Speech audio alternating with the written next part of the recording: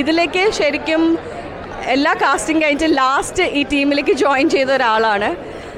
എനിക്ക് വേണ്ടിയിട്ട് ഈ ഒരു ഓപ്പർച്യൂണിറ്റി കിട്ടിയതെന്ന് പറയുന്നത് എൻ്റെ മൂന്നാമത്തെ സിനിമേൻ്റെ അസോസിയേറ്റ് ക്യാമറ ശരത്താണ് വിളിച്ചിട്ട് പറഞ്ഞത് ഇങ്ങനെ ഒരു ഓപ്പർച്യൂണിറ്റി ഉണ്ട്, ചേച്ചി ഒന്ന് സാറിനെ കാണണം എന്ന് പറഞ്ഞിട്ട്. അങ്ങനെ ഞാൻ സാറിനെ പോയി കണ്ടു.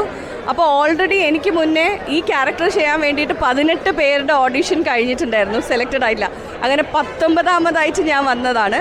ആൻഡ് മെയിൻലി അതിൻ്റെ ഒരു കാരണം എന്ന് വെച്ചാൽ കുറച്ചുകൂടി എന്താ പറയുക, പ്രൊഫസറുടെ ക്യാരക്ടർ ആയതുകൊണ്ട് തന്നെ അത്യാവശ്യം ഇംഗ്ലീഷ് ലാംഗ്വേജ് കുറച്ച് നന്നായിട്ട് ക്ലാസ് ലെക്ചർ എടുക്കുന്ന ഒരു സീൻസൊക്കെ വരുന്നുണ്ട്.